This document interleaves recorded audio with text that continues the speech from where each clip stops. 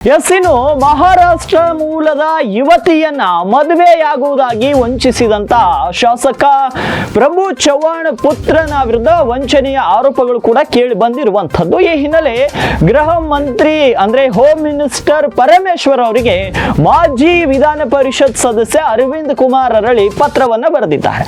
ಜಿಲ್ಲೆಯಲ್ಲಿ ಬಿಜೆಪಿ ಅವರಿಗೆ ವಿಶೇಷ ಕಾನೂನು ಇದೆಯಾ ಅಂತ ಪತ್ರದಲ್ಲಿ ಕಿಡಿಕಾರಿದ್ದಾರೆ. ಇನ್ನು ಪ್ರಕರಣ ದಾಖಲಾದರೂ ಕೂಡ ಇಲ್ಲಿ ತನಕ ಆರೋಪಿಯ ಬಂಧನವಾಗಿಲ್ಲ. ಬಿಜೆಪಿ ಪಕ್ಷದ ಮೇಲೆ ಯಾಕೆ ಈ ರೀತಿಯ ಮೃದು ಧೋರಣೆಯನ್ನ ತೋರಲಾಗ್ತಾ ಇದೆ?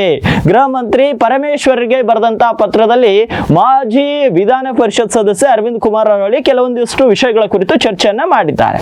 ಜಿಲ್ಲೆಯಲ್ಲಿ ಬಿಜೆಪಿ ಅವರಿಗೆ ವಿಶೇಷ ಕಾನೂನು ಮಾಡಲಾಗಿದೆ, ತಪ್ಪಿಸ್ಥರ ವಿರುದ್ಧ ಕ್ರಮ ಕೈಗೊಳ್ಳಲು ಪೊಲೀಸರಿಗೆ ನೀಡಿದ ಅಧಿಕಾರ ಹಿಂಪಡೆಯಲಾಗಿದೆ, ಪ್ರಕರಣ ದಾಖಲಾಗಿ 10-15 ದಿನ ಕಳೆದರೂ ಕೂಡ ಆರೋಪಿಯ ಬಂಧನವಾಗಿಲ್ಲ.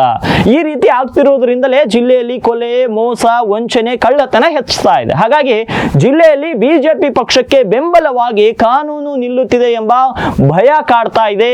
ಹಿಂದೆಯೂ ಸಹ ಬಿಜೆಪಿ ನಾಯಕನ ಮೇಲೆ ಪ್ರಕರಣ ದಾಖಲಾಗಿದ್ರು ಕೂಡ ಬೇಲ್ ಸಿಗುವವರೆಗೆ ಆತನನ್ನ ಬಂಧಿಸಲಿಲ್ಲ. ಬಿಜೆಪಿ ಪಕ್ಷದ ಮೇಲೆ ಈ ಮೃದು ಧೋರಣೆ ಯಾಕೆ ತೋರ್ತಾ ಇದ್ದೀರಾ? ಅವರಿಗೆ ಕಾನೂನಿನಲ್ಲಿ ಏನಾದರೂ ರಿಯಾಯಿತಿ ಇದ್ರೆ ಮಾಹಿತಿಯನ್ನ ಕೊಡಿ ಅಂತ ಗೃಹ ಸಚಿವರಿಗೆ ಬರೆದಂತಹ ಪತ್ರದಲ್ಲಿ ಮಾಜಿ ಪರಿಷತ್ ಸದಸ್ಯ ಅರವಿಂದ್ ಕುಮಾರ್ ಅರಳಿ ಅವರು ಈ ವಿಷಯಗಳನ್ನ ಪ್ರಸ್ತಾಪ ಮಾಡಿರುವಂತದ್ದು.